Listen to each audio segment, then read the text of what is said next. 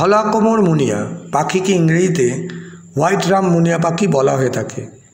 এই পাখির বৈজ্ঞানিক নাম হলো লঞ্চুরা স্টিরিয়াটা।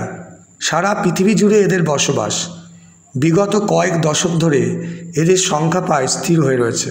তবে আশঙ্কাজনক পর্যায়ে এই পাখি নেই বললেই চলে।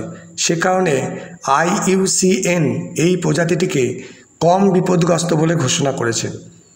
এদের দেহের পেছন দিক সূক্ষ্ম লম্বা দাগ থাকে। লেজের ওপর দিকে ঢাকনি ও ডানা কালো হয়ে থাকে। লেজটি সূচালো ও কালো হয়ে থাকে। বুকের দিকে সূক্ষ্ম আঁশের দাগ থাকে। পেটের দিকে অংশ হালকা পিচ সাদা।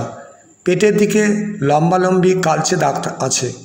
ঠোঁটের ওপর অংশটি কালো, নিচের অংশটি নীলচে ধূসর হয়ে থাকে।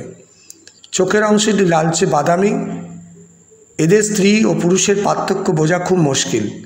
এই পাখির ঝোপ বনের ভিতর পরিষ্কার জায়গা ও তৃণভূমিতে বিচরণ করে বেশি। অনেকগুলি পাখি একসাথে ঘুরে বেড়ায়। ঘাসের মধ্যে এদের খাবার খুঁজে বেড়ায়। ঘাসের দানা এদের খুব প্রিয় খাদ্য। তবে ছোট ছানারা পোকামাকড় খায়। মে আগস্ট মাসে সময় হলে এদের প্রজননকাল। ছোট ছোট গাছের উঁচু শাখাতে এরা ঘাস ও বাঁশ পাতা দিয়ে গোল আকারে বাসা বানিয়ে থাকে। বাসার প্রবেশপথটি সরু নলের মতো হয়ে থাকে।